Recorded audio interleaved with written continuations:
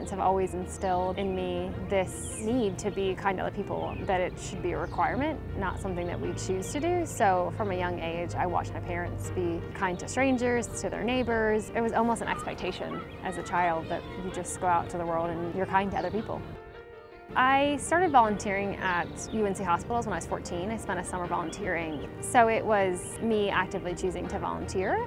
So I delivered flowers and cards to sick patients. You don't have endless amounts of time on earth because some of the patients I saw didn't end up making it. And so it kind of created this sense of urgency that we're not always guaranteed tomorrow.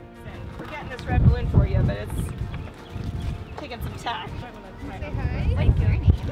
I am an entrepreneur, so I have a couple different businesses. I have a quarterly box called the Kindness Box, which I send out to women to encourage them, and then I teach online workshops, and then I also speak at conferences and events. I started the Kindness Box in June of 2014, and it was out of desire just to honestly put more kindness in the world.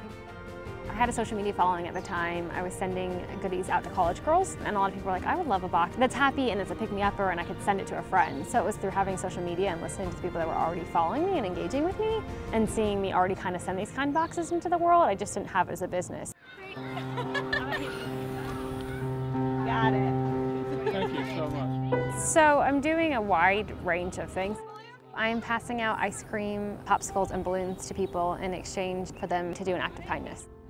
I think it's really nice of her. I also thought it was a good reminder to kiddos to do something nice for other people. What's your name?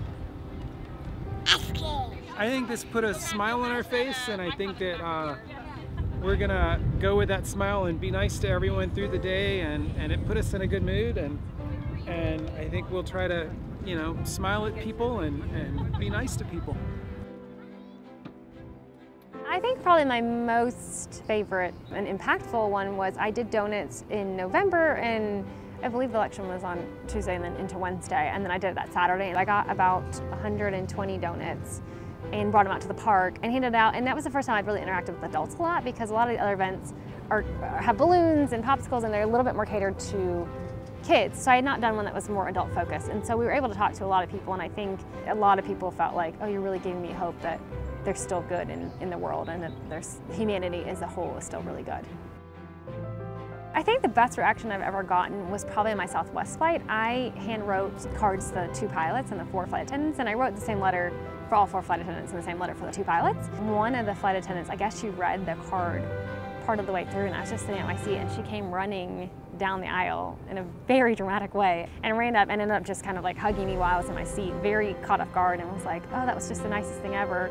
So it was really sweet to have like that moment, because I don't think you really have those experiences on flights, and you don't normally interact with people where you would know their name. So for me, that was a very impactful moment, to be so caught off guard, but also to be loved so much by someone who technically is there to serve me on that flight. I think the best advice I could give to someone who wants to go out there and spread kindness is just to go do it. I think sometimes we get in our own heads and we get nervous about putting ourselves out there or being awkward or getting rejected by people. I think if you have an idea that you want to do that maybe feels big or out of your comfort zone, to just do it. There's nothing to lose. I think my life's mission is just to add more kindness into the world.